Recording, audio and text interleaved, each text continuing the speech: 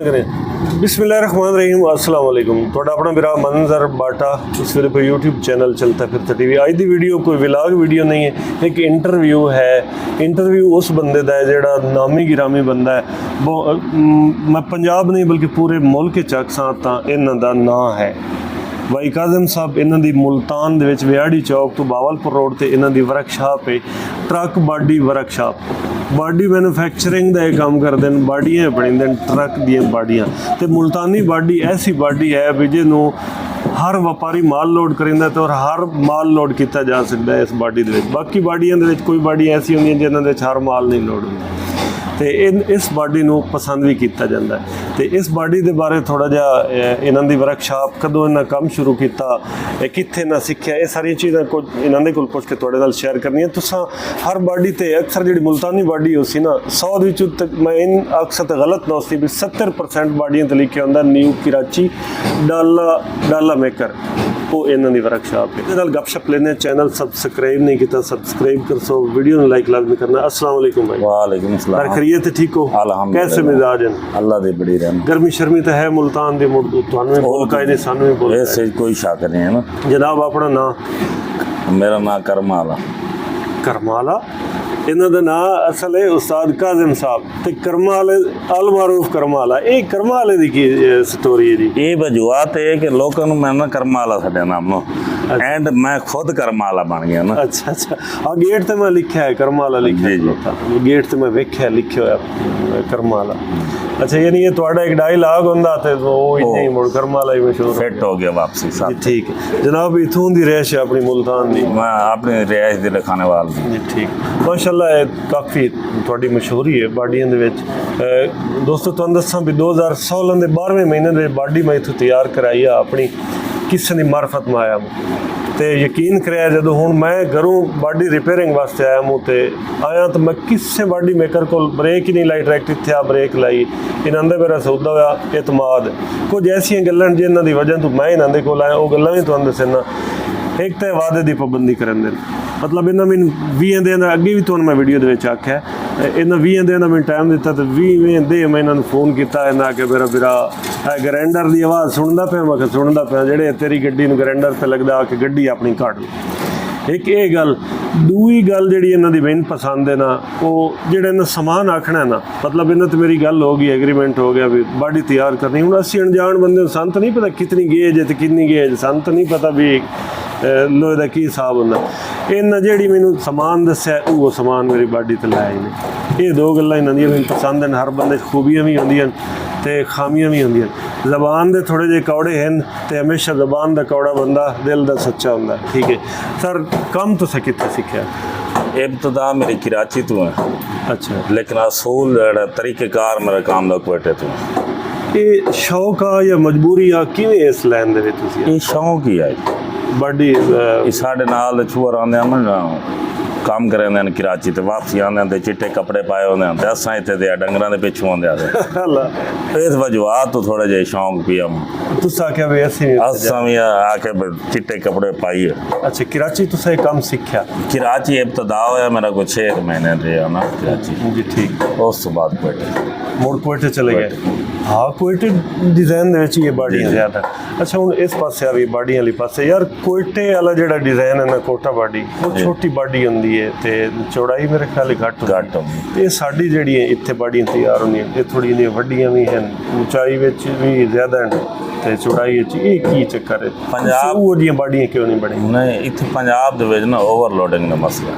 ਸੀ rocket ਦਾ ਮਾਲ ਪਾ ਸਕਦੇ rocket ਦਾ ਮਾਲ ਪਾ ਸਕਦੇ ਹੋ ਜੀ ਠੀਕ 10 ਟਨ 11 ਟਨ ਦੇ ਏਰੀਏ 'ਚ ਨਾ ਮਾਲ ਪਾ ਸਕਦੇ ਸਹੀ ਤੁਸੀਂ ਇੱਥੇ ਵਰਕਸ਼ਾਪ ਬਣਾਇਆ ਚੌਖਾ ਅਰਸਾ ਹੋ ਗਿਆ ਮੈਂ 2007 ਚ ਆਇਆ ਇੱਥੇ 2007 ਤੇ 17 ਤੇ ਇਹ ਤਾਂ ਕਿਤੇ 17 ਸਾਲ ਹੁੰਦੇ ਫਿਰ 17 18 ਸਾਲ ਹੋ ਗਏ ਮਾਸ਼ਾਅੱਲਾ ਇਸੇ ਇੱਕੇ ਜਾਤੇ ਮੁਲਤਾਨ ਪਹਿਲੇ ਹੁਣ ਹਾਈ ਹੈ ਇੱਕ ਹੀ ਜਾ ਮੇਰੇ ਕੋਲ ਜੀ ਠੀਕ ਤੇ ਤੁਹਾਡਾ ਯਾਨੀ ਤਜਰਬਾ ਸਿੱਖਣ ਤੋਂ ਬਾਅਦ 17 18 ਸਾਲਾਂ ਦਾ ਤਜਰਬਾ ਹੋ ਗਿਆ ਵੈਸੇ ਮੇਰਾ 19 ਸਾਲਾਂ ਦਾ ਤਜਰਬਾ ਨਾ ਆਪਣੀ ਦੁਕਾਨਦਾਰੀ ਕੀਤੀ ਅੱਛਾ ਅੱਛਾ 2 ਸਾਲ ਮੈਂ ਕੁਵੇਟੇ ਕੀਤੀ ਸਹੀ 17 ਸਾਲ ਮੈਨੇ ਇੱਥੇ ਹੁਣ ਹਫਤਾ ਇੱਕ ਤਾਂ ਮੈਨੂੰ ਵੀ ਹੋਣ ਵਾਲਾ ਵਧਿਆ ਇੱਥੇ ਤੁਹਾਨੂੰ ਮੈਂ ਆਪ ਕੰਮ ਕਰਿੰਦੇ ਨਹੀਂ ਵੇਖਿਆ ਜੀ ਜੀ ਠੀਕ ਹੀ ਚੱਕਰ ਮੈਨੂੰ ਤਕਰੀਬਨ 7 ਸਾਲ ਹੋ ਗਏ ਨੇ ਕੰਮ ਛੋੜੇ ਇਹਦੀ ਕੀ ਵਜ੍ਹਾ? ਇਹਦੀ ਵਜੂਹਾਤ ਇਹ ਵੀ ਹੁਣ 6 ਗੱਡੀਆਂ ਦਾ ਕੰਮ ਚਾਲੂ ਹੋ ਸੀ ਤੇ ਮੈਂ ਤਾਂ ਕੰਮ ਨਹੀਂ ਕਰ ਸਕਦਾ। ਮੈਂ ਮਟੀਰੀਅਲ ਪੂਰਾ ਕਰੇ ਸਾਂ, ਤੁਹਾਨੂੰ ਗਾਈਡ ਕਰੇ ਸਾਂ। ਮਤਲਬ ਤੁਸੀਂ ਨਿਗਰਾਨੀ ਰੱਖਦੇ ਹੋਗੇ, ਕੰਮ ਬਾਲ ਬੱਚੇ ਕਰਿੰਦੇ ਜੀ, ਜੀ। ਜੇ ਵਿੱਚ ਉਹ ਕੋਈ ਔਕ ਚੋਕ ਕਰ ਜਾਵਣ, ਕੋਈ 19 ਵੀ ਹੋਵੇ ਤਾਂ ਉਹਦੀ ਸੰਭਾਲ ਮੈਂ ਆਪ ਕਰੇ। ਇਹ ਨਹੀਂ ਹੋਇਆ ਵੀ ਕਿਸੇ ਬਾਡੀ ਵਾਲੇ ਨਾਲ, ਜਿਹੜਾ ਬਾਡੀ ਤੁਹਾਨੂੰ ਕੋਈ ਬੰਦਾ ਦੇ ਕੇ ਗਿਆ ਵੀ ਬਣਾਓ, ਉਹਦੇ ਨਾਲ ਤੁਹਾਡਾ ਫੱਡਾ ਪੈ ਗਿਆ ਵੀ ਯਾਰ ਤੂੰ ਸਮਾਨ ਇਹ ਆਖਿਆ ਤੇ ਇਹ ਲਾ ਛੋੜੇ? ਅਲਹਮਦੁਲਿल्लाह ਅੱਜ ਤੱਕ ਕੋਈ ਨਹੀਂ ਸਾਬਤ ਕਰ ਸਕਦਾ, ਅੱਜ ਤੱਕ ਕੋਈ ਨਹੀਂ। ਉਧਾਰ ਵੀ ਹੋ ਜਾਂਦਾ ਇਸ ਕੰਮ? ਉਧਾਰ ਤਕਰੀਬਨ 25% ਦਾ ਉਧਾਰ ਹੋ। ਉਧਾਰ ਮਕਾਮੀ ਬੰਦੇ ਉਧਾਰ ਕਰਨ ਦੇਣੀ ਬਾਹਰ ਆ? ਮਕਾਮੀ ਦਾ ਛੋਟੀਆਂ ਗੱਡੀਆਂ ਤੇ ਵੱਡੀਆਂ ਗੱਡੀਆਂ ਦੀ ਬਾਡੀ ਵੀ ਤਿਆਰ ਕਰਦੇ ਹੋ, ਜਿਵੇਂ ਫੈਸਲਾਬਾਦੀ ਹੋ ਗਈ, ਲਾਹੌਰੀ ਡਿਜ਼ਾਈਨ ਹੋ ਗਿਆ, ਉਹ ਵੀ ਬਣਾ ਲੈਂਦੀ ਹੋ ਜਾਂ ਸਿਰਫ ਇਹ ਮੁਲਤਾਨੀ ਡਿਜ਼ਾਈਨ? ਜਿਹੜੀ ਦੁਨੀਆ ਦਾ ਕੋਈ ਬੰਦਾ ਆ ਕੇ ਪਸੰਦ ਕਰੇ ਪਾਕਿਸਤਾਨ ਦੇ ਹਿਸਾਬ ਦੀ ਬਾਡੀ ਨੂੰ, ਅਸੀਂ ਉਹ ਬਣਾ। ਕੰਟੇਨਰ ਕੋਈ ਕਹਿ ਦੇਵੇ ਨਾ ਕਿ ਡੰਪਰ ਬਣਾਉਣਾ, ਅਸੀਂ ਉਹ ਵੀ ਬਣਾਵਾਂ। ਡੰਪਰ ਬਣਾਉਣਾ, ਠੀਕ ਹੈ। ਤੇ ਚਾਦਰ ਕਿਹੜੀ ਲੈਂਦੇ ਹੋ? ਫਰਸ਼ ਤੇ, ਕੱਦਾਂ ਤੇ? ਫਰਸ਼ ਤੇ 10 ਗੇਜ, ਸਾਈਡ ਤੇ 12 ਗੇਜ। ਹਰ ਬਾਡੀ ਦੇ ਤਕਰੀਬਨ। ਜੇ ਕੋਈ ਆਖੇ ਅਸੀਂ ਹੌਲਾ ਲੋਹਾ ਲਵਾਉਣਾ, ਹੌਲੜੀ ਬਾਡੀ? ਹੌਲਾ ਜਿਹੜਾ ਉਹ ਨਹੀਂ, ਹੌਲਾ ਉਹ ਨਹੀਂ ਆਦੇ, ਉਹ ਹੌਲੇ ਦੇ ਪੈਸੇ ਦੇ ਦਿੰਦੇ ਸਾਨੂੰ।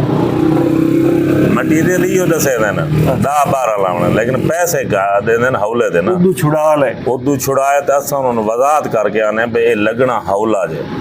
ਆਪ ਜਦੋਂ ਪੈਸੇ ਛੁੜਾਈਂਦੇ ਹੋ, ਪੈਸੇ ਘੱਟ ਕਰਿੰਦੇ ਪਏ ਹੋ, ਇਹ ਨਹੀਂ ਸੋਚਣਾ ਕਿ 10-12 ਲੱਗਣਾ ਨਾ, ਮਾਲ ਵੀ ਹੌਲਾ ਹੀ ਲੱਗਣਾ। ਮੁਲਤਾਨੀ ਬਾਡੀ ਹੈ, FB ਦੀ ਹੋਵੇ। ਹਾਂ, FB ਤੇ 70 ਦੀ ਬਾਡੀ 'ਚ ਫਰਕ ਹੈ? ਨਹੀਂ, ਕੋਈ ਫਰਕ ਨਹੀਂ, 1 ਇੰਚ ਦਾ ਫਰਕ ਹੈ ਬਸ। FB ਦੀ ਚੌੜੀ ਥੋੜੀ ਘੱਟ ਹੈ ਤੇ 70 ਦੀ ਚੌੜੀ। 70 ਇਹਦੇ ਰੇਟ ਦੇ ਵਿੱਚ ਕੋਈ ਫਰਕ ਹੁੰਦਾ? ਕੋਈ ਫਰਕ ਨਹੀਂ ਰੇਟ। ਅੱਛਾ, 70 ਵਾਲੀ 70 FB ਵਾਲੀ ਬਾਡੀ ਅੱਜ ਕੱਲ ਕਿਤਨੇ ਪੈਸੇ ਦੀ ਤਿਆਰ? 6.5 6.5।